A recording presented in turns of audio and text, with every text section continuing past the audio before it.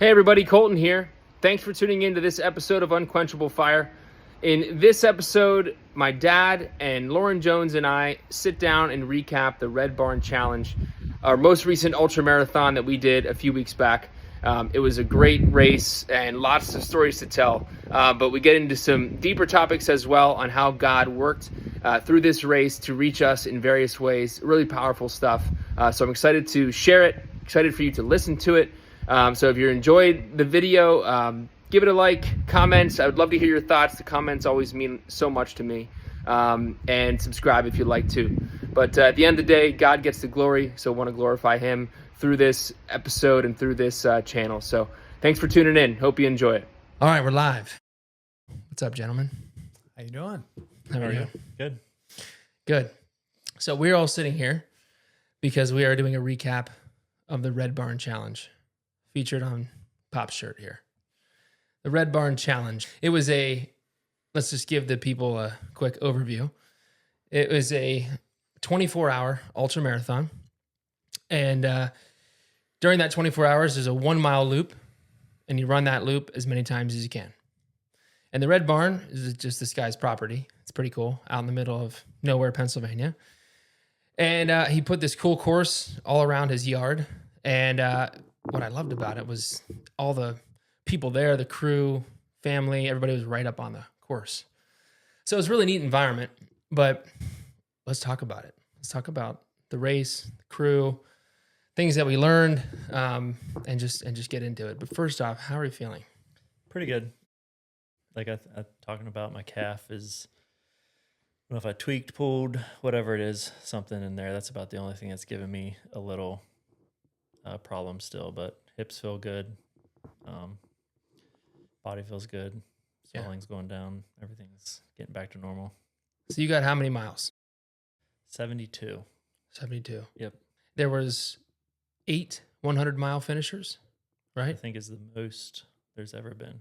That was the most. I think so. Yeah. Yeah. Yeah. It was cool. I think the race is 5 or 6 years old?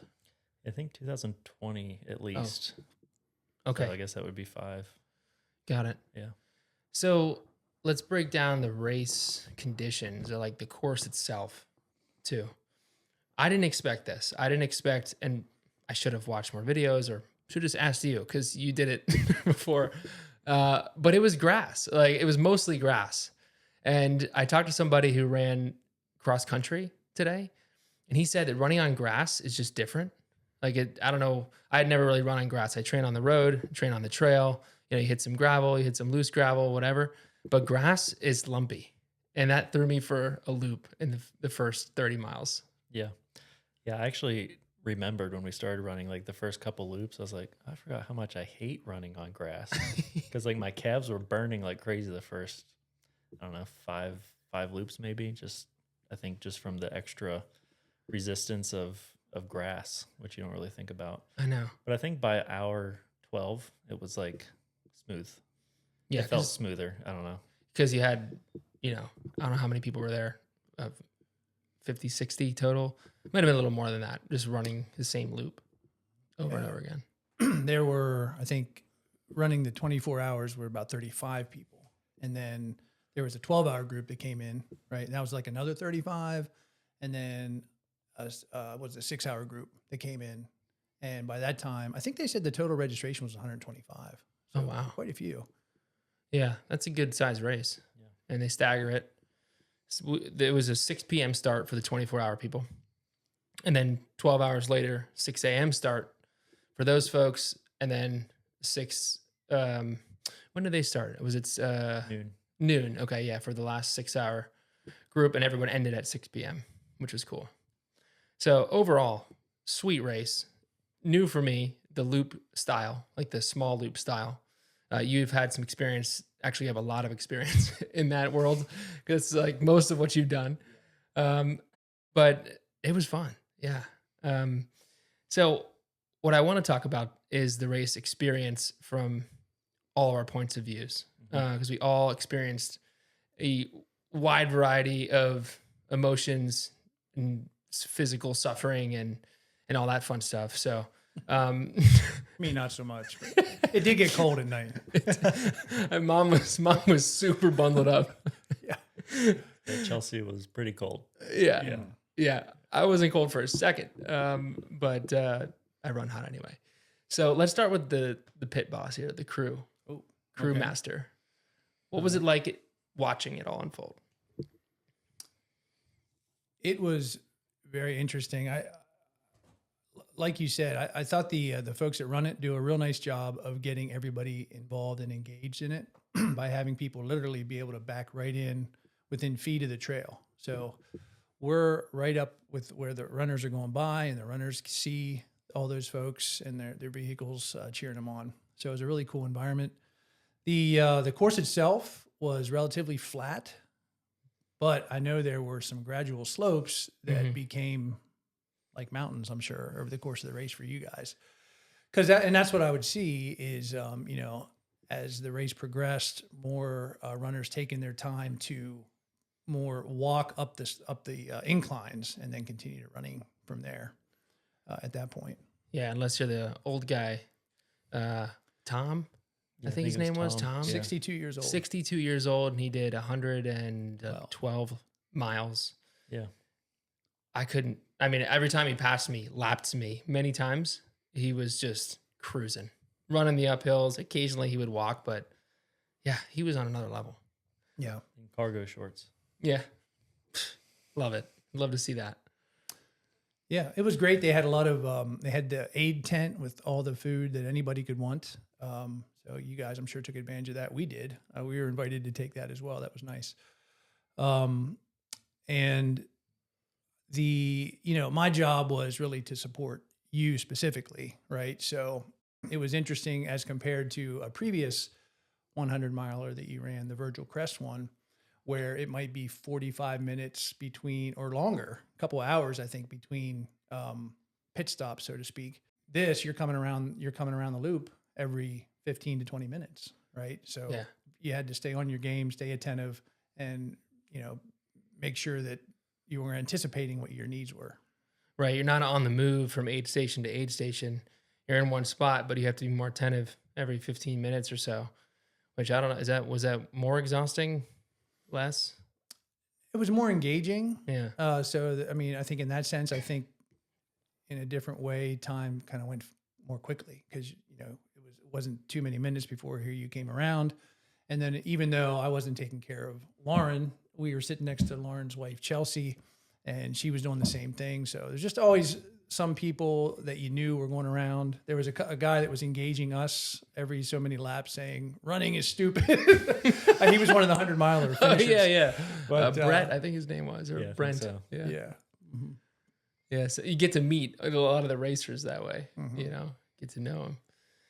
Yeah. Yeah. And I felt totally supported the whole time because you guys were always like right there. Hey, what do you need? So I ended up taking your advice and carrying the hand water bottles, and we had two of those.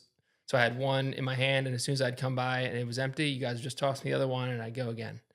That was critical because I at first thought I was going to be wearing a vest or something to stop less. Cause I figured in my mind, I was like, the more I stop, the more I'm going to want to quit, so I better just wear a vest and have more stuff on me.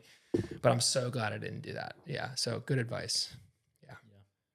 Yeah. That, after a while, it doesn't matter what you're wearing. That chair just haunts you every time you pass it. Yeah. Yeah. So, Yeah. It was that gravity chair. Yeah. Those are nice. Yeah. Dangerous. Yeah. Dangerous. You're leaning back. You're like, oh. Well, and you'd come in obviously exhausted, more so as the race went on. And you would ask me, how long can I take a break for? And of course, I was tracking your splits. So, but at the same time, I was trying to read you, like, where were you mentally and physically at any point? So, tried to give you a minute, 2 minutes, maybe occasionally a little bit more when we could. But at the same time, I'm always a little nervous. Like, we got to keep close to the intervals that we had strategized. We wanted you to achieve. Yeah. Which is another point about being crew chief. You'd think I might have invested a lot of time into a strategy, but as it turns out, you and I discussed and developed a strategy in the hour drive coming up. Yeah. where we broke the race into two halves initially, saying, okay, if you average, I think it was 12 minutes in the first 50 miles, then you can average maybe 17 minutes in the last 50. And then we took each of those halves and said, well, okay, for the first 25 miles, why don't you try to average 11 so that you can average 11 or 13 for the second 25. And then, I think it was like 15 and 18 for the last half of the race. Yeah. It actually worked out pretty well. Yeah. But there were times where you were hitting the wall, and we'll probably talk about this more, the wall and the and the zone that you guys both got in. But when you hit the wall, your intervals, your splits were obviously longer than the pace we wanted you to achieve. But when you got in the zone, you were making up that time. So it kind of balanced itself out. Right. I'm glad we did that, because my main strategy was like front loading the effort, because you hit a wall at some point where it's just really hard to go any faster. And once you get past that, you can't really make up a lot of time. So whenever we're in the car on the way up there saying, okay, for the first 25, let's do this. Next 25, let's do that. That gave me a really clear mental picture where I need to be. That way, when I coming in and I was tired, I was like, hey, Dad, do we have 1 minute? Put 1 minute on the timer, and you put 1 minute on. Okay, minute's up, let's go. Because we knew we had to stay within from a split perspective. So that ended up helping me a lot mentally. Did you do any like split calculations and stuff like that? I actually stole your split calculation like an hour before the race started. We help each other out. Yeah. The water bottles, the splits. Yeah. Originally, I was going in, I just knew I had to stay under 14 minute miles the whole time, which that's what I did for some of the other loop races. And that's like a very daunting thing, especially if you start there and you don't front load. For me, you get to like the last half of the race, you start to get closer to that pace that you don't want to go over, and then you start to pass it and you're like, I can't maintain this. So then you automatically start losing. So that was, I don't know why I never thought about breaking it down how you guys did, but that was something that was almost like a relief once you told me. I was like, oh man, that seems achievable. Like that's way easier than I needed to stay under 14 the whole time. Yeah. So that's what I shot for the first half for sure. Yeah, those bite-sized chunks. Yeah. I mean, anything like that helps with these kinds of races. Yeah. All right, so let's talk about your race experience from start to hitting the calf to the end. Let's talk about that. Started off, felt the first 5 miles, I'll be honest with you, felt like, oh boy, I don't know if I'm ready for this. My legs were blowing up, and that's just kind of usual for me. The first couple laps are, I don't know, just the jitters and all that stuff, trying to get calmed down and fall into a groove and stuff. And I felt really good for the first, probably after that 5, I was working through them and wasn't really walking any hills, running all the, I should say slopes, because they turn into hills, like you said. I think, actually, let me back up. So before we started, we walked the course, and I had in my mind what I remembered last year, these 3 hills that I remember walking with the guy I was pacing. And when we walked them, I was like, man, these are tiny compared to what I remember. And then we started running them, and I was like, man, these are easy. And then night hit, and all of a sudden it felt like they just got like twice as big. So kind of started early on picking like, okay, I think this one I don't really like. There was one specific one I just didn't like how it felt running up it. I knew that was probably gonna be my first walking hill. It was kind of like a outward slope when you were turning and going up right before the start finish. Just didn't like how that one felt. So get into that. Chelsea, that I found out later, was super confused on when I was wanting to do nutrition and stuff. I never, I guess, fully explained on, hey, every 6 miles, my goal is every 6 miles, I'm going to stop. I have 2 flasks, like we talked about. There's like 17 milliliters of liquid. Trying to drink that with electrolytes and a carb mix in there every hour is what I was shooting for. And then just when I stopped to get that, I would eat a bunch and then go. Yeah. So there was a lot of laps where she's like, next lap. And I'm like thinking like, no, it's like 3 laps. Like I don't, and then finally figured out like I didn't communicate very well. But anyways, kind of got that all figured out. Well, I remember the first 15 or so miles. Like you were in a groove. Yeah, I felt really good. I think you lapped me once Mhm. because I was in the Porta John because I Okay. jacked up my pre-race nutrition. I was drinking way too many electrolytes. My stomach was toast. Yeah. Like I was hurting bad. I Yeah, I felt rem- like I was bloated. Yeah, I remember when I passed you because there's like a little bit of I don't know, maybe you didn't feel this, a little bit of like little competition between us. I would think. you Yeah, know? I wanted to Yeah, beat you. yeah, Obviously. exactly. Yeah. So I remember when I passed you, I was like, I just need to stay 1 lap ahead of him the whole time. I got him because that's what happened with Braxton in the last one. Yeah. And then I remember coming up on you. I don't remember what lap. I was feeling really good for like 15 miles. Hit a little wall. I want to say it was probably around mile 20 or 25. And then I started, I don't know, something came on my playlist that just, some song, I don't remember what it was, but it jacked me up. And I think I hit like 2 or 3 laps at like 9-minute miles, which was probably not a good idea. But I was feeling really good. So I was just doing, and I remember passing you and you were walking and I was like, man, and you're eating a sandwich. And I remember you were just like, I'm just in it right now. You know, I was in the pain cave. Yeah, you were like way too early. Yeah. And I got to about mile. So I got done my first quarter. I broke it up into quarters and felt really good. Started back in. I think I had a couple slower laps than I wanted to. Started to feel a little fatigued, started walking a section here and there. And then don't really remember much up until mile 48. And at that point it was, I guess let me back up a little bit. So going through the night, got to like 2, which was my estimated, like things are going to start to get rough here at 2.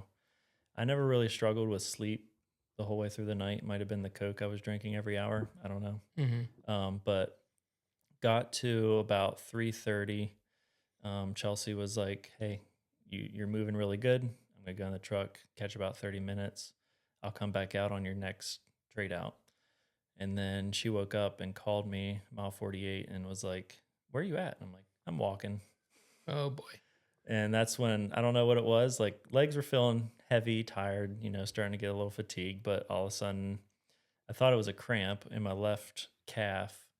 There was like the feeling of a cramp building and never, like, I don't know if you've ever, like you start to feel cramp build and then you just stop whatever you're doing. Like, I don't want to push it because it's going to hit. Yeah. So there was that. So started walking, kind of limping on that, which then caused the right hamstring to actually start cramping. But got kind of back, had some stomach issues where I stopped drinking electrolytes. Figured out I'm going to be walking probably for a while. So that was like mile 48 and sat down for, I think it was almost an hour, just kind of trying to work through the cramps, trying to get things under control. And went back out. Chelsea walked with me, and I think it took me to get from where we were at back to the aid station. It was like an hour just to walk there. And that was what? I mean, that was probably what, 7/10 of a mile, 8/10 of a mile. Yeah, it was a little over half. Okay. Yeah, so over it was, half. Yeah. And I was feeling pretty down and out at that point because. Well, I remember that. Yeah, I remember. I was like we were talking. I'm like, my goal is 100. I'm like, something's wrong with my leg. I'm never going to hit 100. Like, I don't, pretty much the mentality of I don't want to waste my Saturday walking if I'm not going to hit my goal. You wanted to give up. Yeah, I just wanted to stop because I was hurting and things weren't going the way I wanted them to. Yeah. And Chelsea's like, let's get back to the truck. We're going to take a nap, take a 30-minute nap, do like a reset, reevaluate, chug a bunch of electrolytes, try to get things under control. And my mentality going into that is like, yeah, you're never getting me back out of this truck. once you go in, I'm you're like, not going we're leaving. So I went in there, actually fell asleep. Wasn't sure if I was going to be able to, but fell asleep for about 25 minutes. Woke up with extreme burning in my hip and and calf pain was still there, but felt mentally like I'd slept like 24 hours. Like I felt amazing mentally. I was like, I'm just going to get out there and start walking. And she did another lap with me. And just the more I walked around, the more I kind of started to shift my perspective. Started to come from more of like, felt pretty humbled, like went into this feeling really good, kind of, you know, feeling like I had this. And me and Chelsea were talking as we were going around the loop a couple times of like how I'm actually kind of glad things kind of fell apart, because most, like I talked about last time, I have problems with consistency, like training consistently. I'm not a good consistent trainer. So felt like I didn't really have a good lead up on the last 3 races I did, but the last 2 I did fairly well. Like I hit my goals, went above my goals. And this one was leading up to the same thing. Like I was on track to accomplish my goal, and kind of start getting the mentality of, you know, man, I don't really need to train that hard. Like maybe I'm just built different, you know? But got humbled pretty quick. Yeah. And so it was actually, this whole thing turned into a huge learning experience for me, and just kind of how to shift my perspective whenever things are going bad. You know, I could have gave up, and I think Chelsea and probably God is the reason why I didn't. Yeah. But I want to talk about that since you brought it up. Yeah. Like, what was your conversation with God like during the time where you know your goal is slipping from your hands and you're not going to hit 100? Yeah. And you want to quit. Like, what was that conversation with God like? Yeah, so I would say when it first hit, I was pretty irritated. I don't want to say I was mad at God, but like just anger, or like just irritation was kind of going whoever was listening. And 4 a.m, God's about the only one there when you're walking on a course. So, but just, I mean, you know, you go through so many ups and downs on one loop. And I would say just as I started walking more, just leaning into praying and putting on worship music that spoke positivity into me instead of whatever else I was listening to. And just trying to, like, I was just kind of having conversation with God, like, okay, what are you teaching me here? What can I learn here? What, you know, everything's for your glory. What, you know, good or bad, what can be the outcome? How can this be something that helps or benefits or points back to you? Yeah. From my perspective, watching you, that's what I guess, thinking about both of our races after the fact, I was like, our experiences were so different. But we were both trying to come at it, like we talked about on the last podcast, from the same perspective, that we're going to make this about God's glory and not ours, whether we're humbled, whether we hit our goals or not. Like, for you, Chelsea was like there lifting you up, helping you out of that low, you know, in your conversation with God, the prayer, the worship music. Like, that's what's cool about these races, is like, there's some other times, there's other times in life, sure, where you have those really lows, but like you said, when you're out on the, you know, 55th lap, you know, and it's 4 a.m., it's like, it's just you and God, and you have to kind of dig real deep. You're broken physically, emotionally, because you know you're not going to hit your goal, your perceived goal. But God's like, hey, I got another goal for you. And it's just to keep walking. It's to lean into your wife's encouragement. It's to just be with me, you know? And that was super inspiring for me, looking back at your race and being like, yeah, man, I was bummed Loren didn't hit his goal, but God had just had a different goal for you in this race, you know? And the other races that you run, there'll be different ones, and same for me. But that's like what I was able to draw from your experience, just watching you continue on, like, take it one step at a time. Hey, I'm going to have to get some sleep, you know, but I'm going to get out of my truck and I'm going to keep walking. Like, that's a whole new perspective now. And that was getting me excited when you got back on the trail. Yeah. And I want to just reiterate or state that, you know, you were killing it, like, before the injury. You were running third for a lot of laps, a lot of time, a lot of hours. So I was like, man, this is amazing. You know, is he going to be able to keep this up? But I was also thinking about later, after the fact, like about prayer. You guys were no doubt praying the same prayers, right? I'm praying that you can sustain me, Lord, that I stay healthy, that I can finish the race, that I can reach my goal of 100 miles. And obviously you got hurt. You didn't meet the goal. Colton, you didn't get hurt. You were able to do it. And, you know, I think it's a lot of times it's easy to, like after the fact, when something goes the way you want it, you say, man, God really answered my prayer. But the fact is, God always answers a believer's prayer. So he answered your prayer too, but just in a different way. Yeah. And it's a little, and of course, it's mysterious sometimes. In the moment, it can be frustrating, but in the end, that was the outcome that the Lord intended, you know, from your prayers. Yeah, I was thinking back actually today about just the whole race, and Chelsea's starting a new job, and like our whole schedule is just like trying to figure out schedule right now. And as I always say, like God's got a plan. He'll figure it out. We'll figure it out. Like meaning like us and God will figure it out. And I was thinking back, I was like, you know, Chelsea hates when I say that. Like that's not what the wife wants to hear. Is like, we'll figure it out. Like she wants some, like, no, come down here and complain with me for a little bit, you know. But that's exactly how the race went. Like, yeah, I didn't hit my goal. It's not going as I planned, but like you said, God has a plan.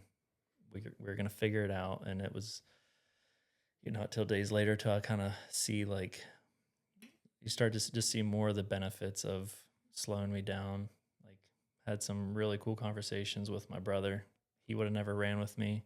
He walked 6 laps with me or something like that at 20-minute laps. It's like 2 or 3 hours hanging out, you know. And then a couple other people that would have never ran with me were able to walk and just have some good conversations, able to encourage other people more. You know, I'm not really focusing on trying to just stay so focused. You're just walking, you know. Yeah. So I was able to have just a ton of cool conversations and meet a couple cool people. So, God is cool like that. Yeah. Because if you, let's take God out of the picture for a second. You could have easily been so bitter, so down, so mad, so angry for, you know, however many miles that you ended up from when you got hurt, 25 miles. You know, you could have just been, and even after the race, you could have a completely different perspective on that experience and been like, that sucked. Yeah. I didn't hit my goal. I got hurt. Why? My training, my nutrition, didn't stretch enough, didn't do this and that. Instead, like you're here, hey, I learned this. I got to experience this, got to hang out with my brother and friends. That's cool. Yeah. You know, and it's that God lens that keeps us like that. And that's why these races are awesome, you know, because without that lens, you know, it's just about you. Yeah. And that's what makes these cool. Also put a whole new perspective in those people that walk the whole time.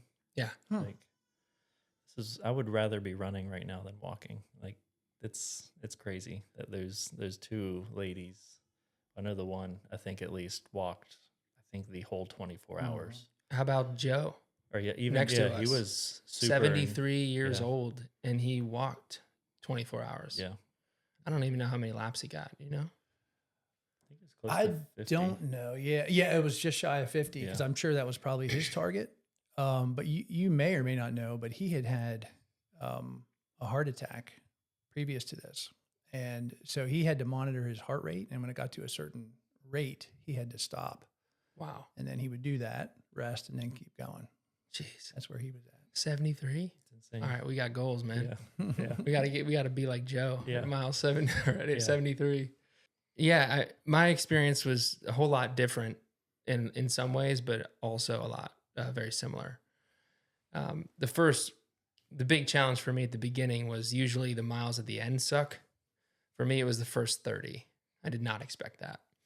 It was the poor nutrition before the race because the 6 p.m. start threw me off. I'm usually like a morning runner. I never run in the evening, never exercise in the evening. And so I was like eating light all day and then drinking way too many electrolytes. And I felt like I had this bloated stomach when we started. So from the first few miles, I was toast. And then I wore the wrong shoes. I was mad at myself for that. I wore the Ultra Wilds, and I think I just needed more cushion. And then the lumpiness of the grass just really, really jacked up the tendons on the bottoms of my feet. So like I was feeling like pins and needles every step at mile like 10. I was like, there's no freaking way I'm going to be able to do this for another 90 miles. So my prayer in the first 30 miles, oh, then I was going to the bathroom like every other lap because, too many electrolytes. So that's why I was huffing down a sweet Lebanon bologna sandwich, trying to like get something in my stomach to get all that liquid through me. But anyway, the first 30 miles were just brutal. And my prayer during those 30 miles was, God, whatever you want from me for this race, I'm here for it. If it be your will, can you heal my right foot? Can you just take this right foot and just make it normal again? Because it feels like every step I take, there's like dynamite in the bottom. It's just fire. It's burning. It's like, so what was cool is, then it started to get night. The sun went down, and that was my prayer for, I don't even remember, hours. And I hit a second wind. At mile 35, basically 35 to 50. I wasn't from mile 20 to 35. Like I was stopping way too much. My mile splits were in the 15s, and you were telling me like, hey, you got to get down a little bit, but I just couldn't. I was in so much pain, and finally hit that second wind and was able just to put on some music and just not stop every lap. I was skipping every few laps. I just felt really good. Like that feeling of my foot felt better, felt fine, got into a rhythm. And that swing was just this big mental boost, big emotional boost for me. And then once I hit that 50-mile mark, then you're kind of like starting that downhill mentally, like, all right, can see daylight in a few hours. I know mile 70 or so, the kids are coming, Sarah's coming. That'll be another boost. You start to play those things in your mind. Like, all right, what's the next boost? What's the next thing? All right, don't think too far ahead. You got to just do one step at a time, 1 mile at a time. So it was like just breaking it up into little moments after that second win was like really critical for me. And then, like I said before, I saw you kind of hurting real bad, but then getting back after it and then start to walk and starting to continue on. And that jacked me up too. Got me excited. So yeah, when that sun comes up though, that is a good feeling. Yeah. Well, I think variety is the spice of life whenever you're running that monotonous loop over and over again. So I think those incentives were key for me to try to remind you, hey, the 12-hour runners are going to be here soon. So it's just going to be a variation, something change. The sun's going to come up soon. Sarah and the kids are going to be coming at this point. So just setting those little mini goals within the ultimate finish of the race, getting you through there. Yeah, when they showed up, that was awesome. I know when your kids showed up too later, it was like they got to run a lap with me. Wyatt got to run 2-3 laps like throughout the rest of the time. Sarah got to join in, run laps, and like, jump out, jump in, jump out. And it was like this tiny little boost every time they were able to jump in, jump out. That is definitely something I like about that kind of race, where it's way more inclusive. And they didn't care about pacers. They didn't care about people jumping in. There were kids on the course and, people running, people walking. It was just a really cool environment in that way. I would say we need to give a shout out to Braxton. For being there from start till 7 the next morning, I think. Going home, I think he said he slept an hour. Was a dad. Went to field hockey practice, all that stuff, and then came back with, I don't know if you know this, they brought food, like barbecue or something, and was there till 3 until finish or whatever. Whole nother type of animal to be there all day. Seriously. Even like you guys, I mean, Chelsea, Talk about, you guys being there the whole time. Talk about putting yourself second. Yeah. Just full on support mode. Yeah. And not easy, because he would sit there and get cold, right? Because there were times where he was not pacing and just kind of bide his time and wait and kind of read you guys. Every time he passed, he was looking at you carefully and closely. And then he would just jump in to support you. I don't think he says a lot, but just to know he's there running with you. Yeah. Yeah. it's Yeah. a big help. Yeah, he literally told me one time, I don't talk much, but I'm here. Yeah. That's all you need. Right. Yeah. It just feels good to have Yeah. someone that you know, a friend, like right there with you, Yep. struggling with you. Yeah. So one thing I wanted to also talk about was just zooming out from that race, talking about the parallels between a race like this with all these ups and downs, the things that we've talked about, and the Christian walk, and the walk with Jesus, and committing yourself to him. It just reminds me of, like, the race of life is so similar. The walk with Christ is so similar to these ultra marathons, and that's also why we like them. But I wanted to read a verse from Romans 5 that was critical for me in this race. Then we can talk about it. But it's Romans 5, verse 3. It says, "Not only so, but we also rejoice in our sufferings, because we know that suffering produces perseverance, perseverance, character, and character, hope. And hope does not disappoint us, because God has poured out his love into our hearts by the Holy Spirit whom he has given us." So when I read that, like, you can slap a race right on that. Yeah. Like, the microcosm that an ultra race is just perfect for that. Perseverance, character, and hope. And that's what Jesus is for us as believers. But that manifests itself in so many ways in a race, and persevering through pain, through injury, and learning more about yourself and how, in your relationship with God and his character, and then ultimate hope, like, hey, I'm going to get through this. God's going to help me through this. So what are some of the things that remind you of the walk with Christ that is similar to the ultra racing? I was thinking about how when an ultra marathon is, like, it starts out at least kind of a man versus self environment, right? You're putting yourself to the test. But ultimately you end up relying first on a lot of other people, supporters, but then ultimately on God. But back to the supporters piece, and I didn't mention that your other crew member was your mother, my wife, Becky, who did a fantastic job as well. But you had that, you had Braxton doing his thing. And I know I saw Chelsea doing what she was doing with you, and she was just a powerful support for you throughout the race. And I don't want to steal your thunder, but I know Sarah was, you said about her coming with the kids, and that was a big help, and she paced as well for you. But before the race, all the preparation that she allowed you to, all the training, all the time that you committed to this race, she was committing to, taking care of things at the house and the kids when weren't there and so forth, and being that support system there. So there's that reliance on others in that for the race, but the parallel with the Christian walk.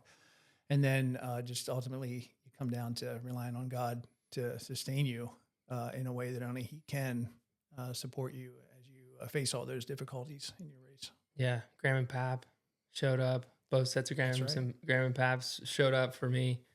But yeah, I like what you're saying there. Like, I think of the training to lead up to a race is just small incremental wins. And it's the same thing when you're building up your faith and you're maturing as a believer. You need those small incremental wins. Like, you need to be in scripture daily. You need to be praying and forming a relationship with God daily. You need to be communing and fellowshipping with believers and to sharpen each other. So these are all like those small incremental wins that in an ultra, if you skip a week, of training or 2 weeks of training just because you're tired, like, you're going to suffer. Mm-hmm. And it's the same if you skip your devotional for a couple of weeks and then turns into a month, and all of a sudden you feel a little distant, and all of a sudden the devil can creep in and start to become a wedge in between you and the Lord. So it's those kinds of parallels that just I think about a lot when I'm out there, because it just becomes more clear as I have become a stronger Christian and believer in Jesus and what he can do in my life. It's easier to make those connections and parallels with the small incremental wins or trainings that you need to do to have a successful race. Yeah. was thinking about this question, and I like how you were saying about how, it's not an individual effort, so to speak. It's a whole team, and I think that lines up a lot with, just my whole personal testimony is like, there's no way I could do or be or where I am now without a group of you guys, or my small group, or the people at church, any of those people do any of this stuff without their support, and not just racing, but just work, being a dad, being a husband, all those things. It's a team effort. But I think the thing that aligns the most for me is just the ups and downs of the ultra marathon, and probably any race, but speaking about the ultras here, is like, I went through so many emotions in one lap, like whether it was the 9-minute mile or the ones that were like 22 from walking. Like, you hit a spot, you're at a high, everything's going great, and then literally like 4 steps later, you're just in a low and you're down there. But the thing that never changes is like God. God is always there. He's always going to be there whenever you're on your high. He's always going to be there whenever you're on your low. But the race is kind of like life, where you have these ups and downs all the time. But if you're focused on God, which might be like the end of the race, then your focus is going to be towards something that doesn't really ever move. It's always there. Yeah, exactly. Like, if he's consistent in your life, Yeah. then those lows he'll lift you up, Mm-hmm. and those highs, he'll bring you down, because then you can get prideful. Yeah. If you hit your goals, like I hit my goal of hitting over 100 miles, Mm-hmm. it'd be very easy for me to be prideful in that. Like, if it Mhm. was just about me and my race, I could be very prideful. I could stumble, in my faith by seeing that, hey, I did it. It's all me. Like, look at me. And instead, it's like, if you know that God helped you through the whole thing, and he was there in those lows, and he brings you down back to reality, Mhm. like, it's just a way more consistent feeling and grounding feeling to know it's like, this isn't about you. It's about God's glory. And he gave you all this stuff to be able to do. Gave you the mind, gave you the spirit, the endurance, the training. Like, he gave all it to you. So give him the glory. It's a delicate balance, until you just really like surrender to it. The other thing I want to talk about, that I've been thinking about a lot, is this idea of suffering, and ultras bring out that suffering, like a few other things, because they're just so long. Mhm. They're just 24 hours. There's few other things that people do that are that long, from an endurance or physical standpoint. But this idea of like secular suffering versus like godly suffering. And Sarah and I were talking about this. So we were talking about like the commercialization of suffering, kind of doing hard things. Tons of fitness influencers out there nowadays. It's all about, it's just pain, just do hard things, just suck it up, embrace the suck, all this stuff, right? Mhm.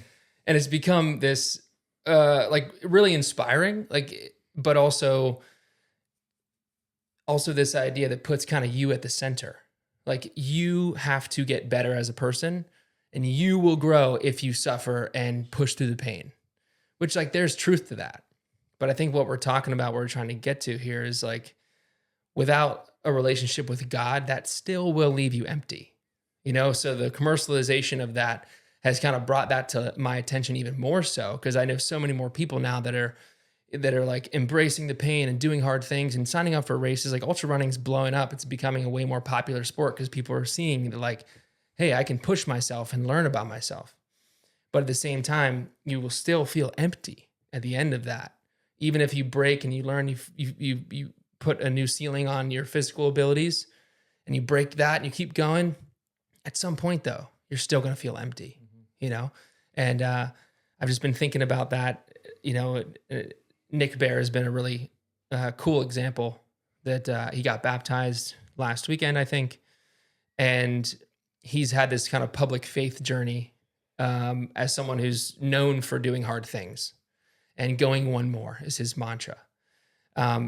But going from like his videos 7-8 years ago where it was just about him getting a goal. Now it's like him getting a goal, but also God is very much a part of his mission and his goal as well, which he said it many times on podcasts. Like it's changed his whole perspective, So I've just been thinking about that commercialization of suffering versus like godly suffering and where we can derive that perseverance and hope and character growth through the suffering that is more emulative of Christ, at the end of the day.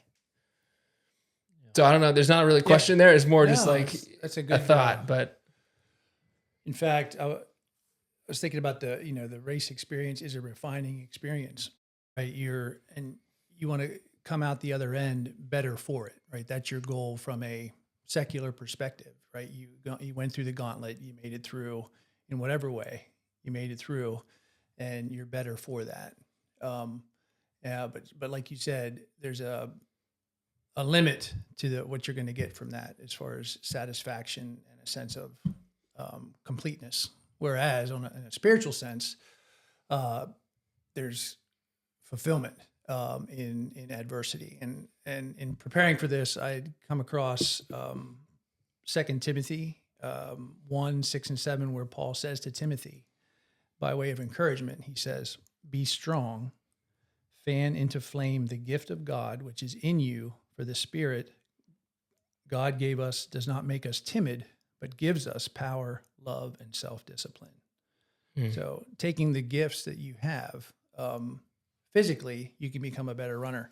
Taking the gifts that you have spiritually, the charge is refine those, develop those, make them, get the most out of them you can, and there'll be this more intrinsic spiritual reward. Yeah, you become a better servant. You become more Christ-like. One is about you, suffering for you. The other is suffering for God. And two very different things, but blending those together is what ultra running, what God has like taught me through ultra running. That they're actually blend those together and you get that fulfillment. Yeah, that's kind of where I was going to go with the suffering. If you want to look at it like secular and versus spiritual, is like secularly, if that's a word, is very selfish, self-centered. Like the suffering is all about me. How can I grow from this? Whereas spiritually, you're suffering, like you were saying, you're suffering for Christ, in a sense, essentially. And it's not, I think it's easy to think like suffering, it has to be like this really bad, like, you lose your job or you're, getting tortured or whatever, but it's daily. Like it can be just having a bad day, and you're just suffering through, you're hitting that wall of trying to be happy and nice to people. And it's just hard that day. Yeah. You just reminded me of something that, I was thinking about too, which is in 2 Corinthians, Paul is writing about the thorn in his flesh.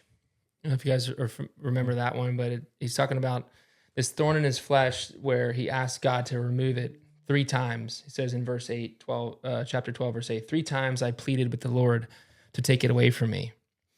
But he said to me, this is God speaking to him, and said, "My grace is sufficient for you, for my power is made perfect in weakness." Like that's the perfect example of like the thorn in the flesh in the midst of the ultra race. Like that was your calf blowing up on you and you wanted it to be gone. But God was like, "Hey, my grace is about to be sufficient for you. I'm going to make power out of your weakness. And I'm going to show you all these other cool things that you're about to experience because I'm not going to take that away." And that can be, like you said, the daily challenge that you're going through. Like, man, I had a tough day at work, or I lost a loved one, or what have you. It just fits for every tough challenge in life. And we know they're going to come. Yeah. So it's like being prepared for that and understanding that God's grace is sufficient. He'll make power through our weakness. It's easy to see whenever you're past whatever you're going through, thinking about like how my race went, of, it's easy for me to be like, no, I wanted my plan to go. And this is just in the aspect of life. But like when I stop and think back of my plan not going as I planned, but God's plan kind of being fulfilled, it's like I would much rather, like the guy that created everything would much rather follow his, like it's going to be so much better than anything I could ever plan for, you know? So next time, just trying to keep that in the forefront of like, if things are not going well, not just in the racing, but just in life, of just, you know, we get to follow and trust in the plan that God created for us. And it's not just happenstance of, I just had bad luck. It's like, no, God has planned this, and you're about to follow it and see what comes of it. That dovetails nicely into the other verse I want to read. Good. In James. So this is James chapter 1. Get closer.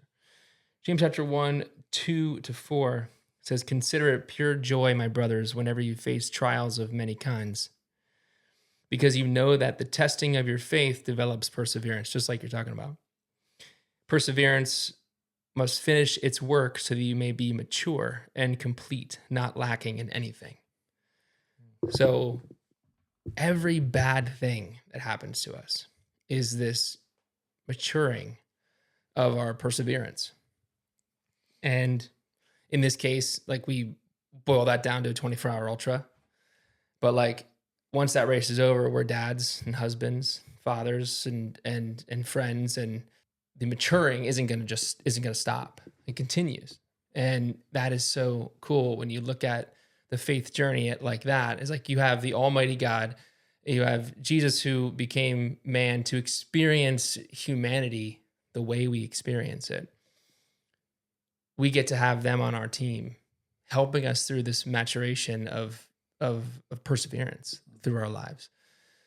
And when you just stop and think about that, like that is so comforting, so comforting. Like you really get through anything. So to wrap this all up, we got to talk about Jesus as the ultimate example of suffering and what he did on the cross, what he took on. He didn't just take on physical pain. He took on the sins of every single human being, past, present, and future, and what that means to us. I heard watched a video here. It's actually, I think this morning, that really, I don't know, stood out to me. And it kind of answers this question where the interview, and this guy asked, what are your chances of, if you died right now and Jesus came back, what would your chances of getting to heaven be? And he said like 70%. And the remark to that was, do you think Jesus died for all your sins or just 70% of your sins? And it's easy for me sometimes to think about like no matter what I did, no matter what sin I had, like Jesus, it's not like I sin or whatever and it kicks me down a notch. It's like, no, if you became a Christian and you dedicated your life to God, like your sins were 100% paid and you're going to heaven. So I don't know. Yeah, that's just cool. Stood out to me a lot, and I needed to hear it today. So yeah, like he hung on that cross for all the sins. Yeah. Every single one. Yeah. Past, present, future, you know, he's there for them all, not just a percentage of them. Yeah, what gets me is that there's an infinite number of ways that God could have come down to earth and experienced this world or not, and saved his people in whatever way he saw fit. But he chose to live 30 some years in our shoes, you know, as God, but also as fully man. You know, and he experienced pain. He experienced stubbing his toe. He experienced laughter. He experienced love. He wept for Lazarus when he died. But he's God. He knew he was going to die, and he knew he was going to raise him up again, you know, right after that. But he still was human, you know, and I just love thinking about that, especially when he was in the midst of his suffering. He was crying drops of blood in the garden before going to the cross, like asking the Father, if it be your will, can you take this cup from me? So like, I just can't, it gives me goosebumps just thinking about that, the pull that must have been going on inside of him, because he was experiencing humanity, you know, and he was experiencing the pain like that we experience. So it brings me closer to him when I think about that like he didn't just come down and just yank everybody out of this world that he wanted to, and that was it. He got to experience what it was like to do all the emotions that we experience too. And that's just really cool, really comforting for me. Yeah, and just the gift that it is for us, because we can never do it of our own abilities, or there's nothing we could do to earn our salvation. So it's humbling. And the older you get, the more you see your need for an intervention. For him to have done what he did to create the opportunity for us to do, to be saved. Because absent that, we would never be able to do it or earn it. There's no gift we have that would allow us to achieve that, other than what he did for us on the cross. Mm-hmm. Amen to that. Yeah. I feel like he would have been a pretty good ultra marathoner, probably. Yeah. They didn't really have those back then, but I think about that sometimes. Like, I mean, they hiked enough that That's true. walking everywhere. He did. I did sandals. look this up one time that he in his ministry around, you know, Galilee and down to Jerusalem, and then he did over 3,000 miles in those How long was 3 he? years 3 of years ministry. Yeah. And that's hoofing it in sandals. Pretty crazy. Yeah. Well, Yeah. any of us should try 40 days in the desert and see how we make out. Yeah.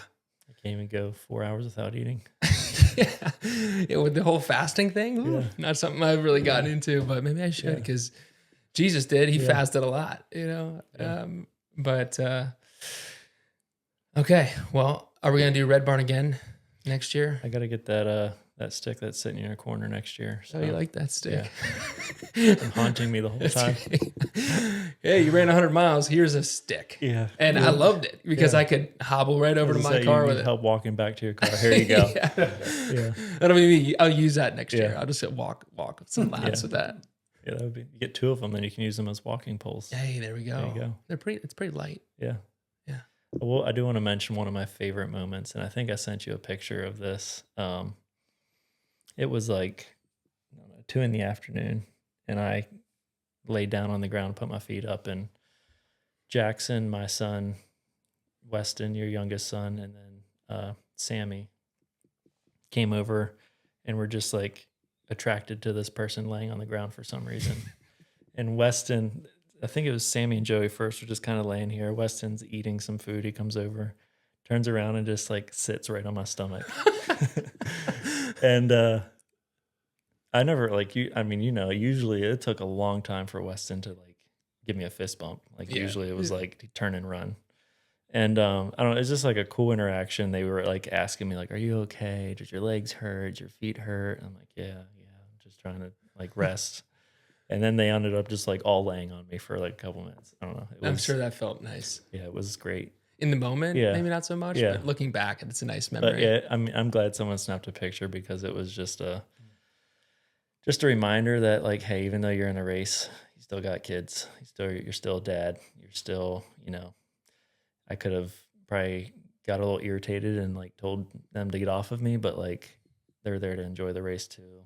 And I didn't want my kids, and especially other kids, to see like it's all about me. Like they're there, they're experiencing it. Another little slowing down. Here's a reason why you're here moment for me. Yeah. Yeah, spending a couple laps with Wyatt and Weston came along. That is special. Like, you hope that's a core memory. Yeah. For them, and they look back and like, what the heck was Dad doing? Like, well, what's going on with that guy? Yeah. So it's cool. So, all right. Well, appreciate you guys coming on. This has been fun. Yeah. Good recap. Yeah. Lots of learnings and lots to apply to life. So appreciate it. Appreciate it. Thank you. Yeah, thanks for it.